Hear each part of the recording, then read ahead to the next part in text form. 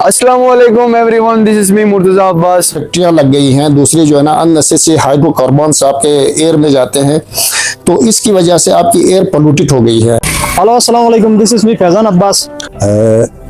Climate change के हवाले से हम सबको चाहिए कि हम जो है इस क्लाइमेट चेंज को सस्टेनेबल रखने के लिए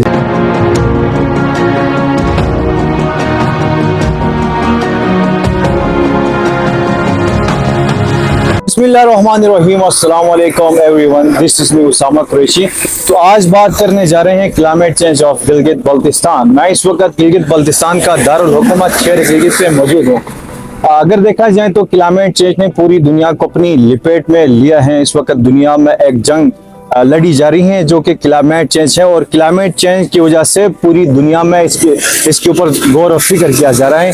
और आज हम स्पेशली गिलगित शहर में आए हुए हैं और हम यहाँ पे देखना चाहते हैं कि क्लाइमेट चेंज से गिलगित बल्तिस्तान का दारुल हुकूमत शहर गिलगित में क्या चेंजिंग तब्दीली यहाँ पे रोनमा हुई है। अगर देखा जाए तो क्लाइमेट चेंज ने न सिर्फ इंसानी जिंदगी के ऊपर असरअंदाज मतलब की है, बल्कि इंसानी जिंदगी के साथ साथ हैवान, नबातात, चरिंद परिंद के ऊपर भी इसके इफेक्ट्स हमें देखने को मिल रहे हैं। और ये जो एरिया है ये दरियाए गिलगित हैं। मेरे कप में आप देख सकते हैं ये दरिया गिलगित हैं। और जियोग्राफिकली लिहाज से गिलगित बल्तिस्तान को अगर देखा जाए तो इस एरिया को दुनिया का थर्ड पोल कहा जाता है। और दुनिया का थर्ड पोल में दुनिया के बुलंद तरीन ग्लेशियर्स, दुनिया के बुलंद तरीन पहाड़ और पाकिस्तान की सबसे बड़ी दरिया इंडस रिवर इस इलाके से गुजरती हैं और पाकिस्तान में इंटर होती हैं। क्लाइमेट चेंज की वजह से गिलगित बल्तिस्तान का ये जो शहर है दारुल हुकूमत, इस एरिया में आज से 20 साल पहले यहाँ पे किस किस्म की आबादी और किस तरह की थी और आज कैसी है। मौसमियाती तब्दीली के बायस गिलगित शहर में पिछले कई सालों से यहाँ पे समोगदुन नजर आ रहा है। अगर देखा जाए तो मौसम गर्मा में यहाँ का जो टेम्परेचर है बहुत ज़्यादा देखने को मिल रहा है। और इस वक्त अगर देखा जाए तो गिलगित का ये जो शहर है ये आलूदा हो चुका है और आलूदगी के बाइस इस शहर में हमें फॉग धुंध नज़र आ रहा है। इसके साथ साथ अगर देखा जाए तो दिसंबर और जनवरी में इस एरिए में बर्फबारी होती थी। अब दूर दूर तक पहाड़ों में बर्फबारी देखने को मिल रही है। आबादी बिल्कुल खाली है।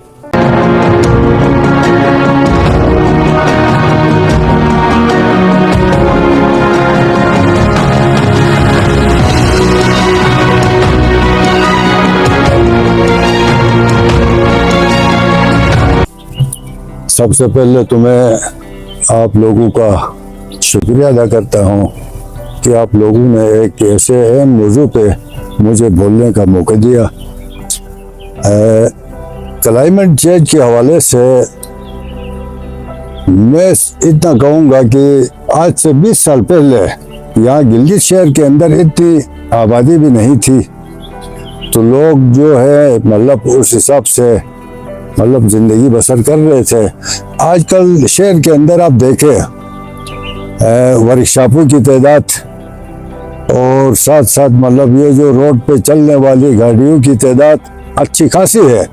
उस वक्त तो हमारे पहाड़ों पे बर्फ पड़ता था, बल्कि कभी कभी तो ज़मीन पे भी बर्फ पड़ता था। हम खुद चलते थे बर्फ के साथ। बिल्कुल। तो अभी ये बर्फ भी नहीं पड़ता है, दूर दूर तक पहाड़ों के ऊपर बर्फ आपको नजर आएगा। ये सब मौसमियाती तब्दीली की वजह से है। तो हमें इसके लिए एहतियाती तदाबीर को अपनाना चाहे। बिल्कुल। किस तरह मतलब हम जिंदगी बसर कर सकते हैं, किस तरह हम लोगों को अवेयरनेस दे सकते हैं, तो खुद अपने आप से हमने मतलब शुरू करना है। उसके बाद हमने शहर के मतलब उन लोगों को हमने अवेयरनेस देना है। देखिए यहाँ हजारों की तादाद में बाजार एरिया में वर्कशॉप पड़े हैं।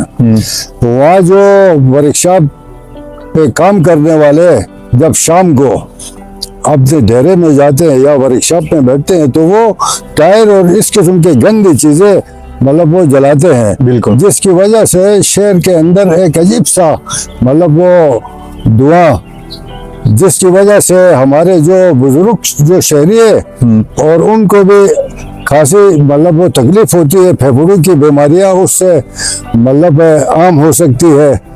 तो खासकर सर्दियों के मौसम में हमें इन चीज़ों से एहतियात करनी चाहिए।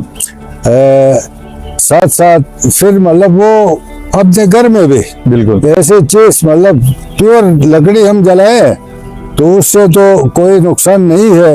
अलबत्ता कोई रबड़ प्लास्टिक वगैरह इस किस्म की चीज़ें हम जलाते हैं तो उससे मेरा घर या मेरी फैमिली मुतासिर नहीं बल्कि मेरा पूरा मोहल्ला उसके लिपेट में आता है। बिल्कुल तो इसके लिए हमें सोचना चाहिए।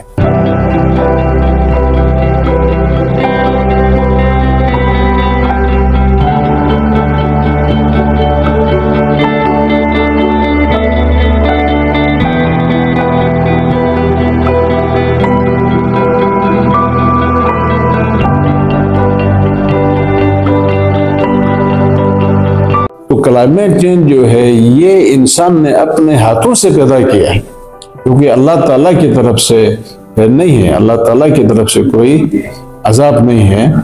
ये इंसान जो है इस तरह की हरकतें करता है जिसकी वजह से क्लाइमेट चेंज पैदा होता है।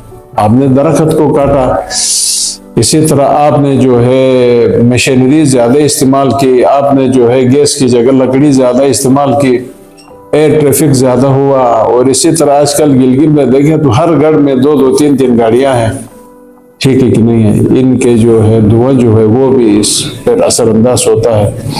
तो लिहाजा हम सबको चाहिए कि हम जो है इस क्लाइमेट चेंज को सस्टेनेबल रखने के लिए, जिस तरह पहले गिलगित में आप देखें एक अच्छा माहौल था, ग्रीनरी थी, इसकी वजह से भी हमारे जो है परिंदे भी नापीत होते जा रहे हैं।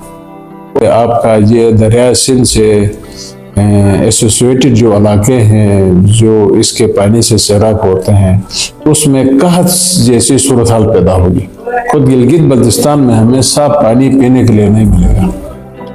तो क्लाइमेट चेंज से जो है सबसे ज़्यादा मुतासिर इस वक्त आपका जी भी हो रहा है, जिसकी वजह से आप देखें कि आगे जो हमारे पशु ग्लेशियर है, बलतोरो ग्लेशियर है, इधर जो है अस्तूर साइड पे सिगरदू साइड में जितने ग्लेशियर्स हैं ये तेजी से इस वक्त जो है मेल्ट हो रहे हैं।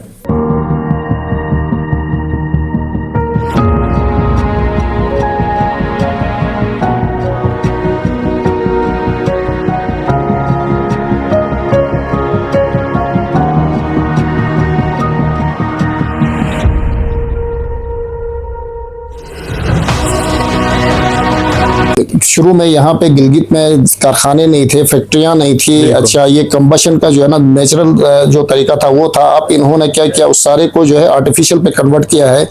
फैक्ट्रियाँ लग गई हैं, दूसरी जो है ना अननेसेसरी हाइड्रोकार्बन्स आपके एयर में जाते हैं, तो इसकी वजह से आपकी एयर पोल्यूटेड हो गई है। अब जो रेस्पिरेटरी डिजीज के पेशेंट हैं, खुसूसन अस्थमा के पेशेंट हैं या सीओपीडी के पेशेंट्स हैं या एलर्जी के जितने भी पेशेंट्स हैं, उनमें इसका गहरा असर है। इसके अलावा जो है अगर खुदा न खास्ता ये फोग जो शहरों की तरह अगर बढ़ना शुरू हो जाए तो एक्सीडेंटल केसेस भी आपके बढ़ने का खतरा है इन फ्यूचर। इस पे यही है कि आप जो है अननेसेसरी अपने जो धुआं छोड़ने वाली गाड़ियां हैं उस पे काबू कब कर ले। अच्छा, जो चिमनियां हैं जो जहां से जो आपका धुआं निकलता है उसको जो है ना रिसाइकलिंग का कोई प्रोसेस बना दें।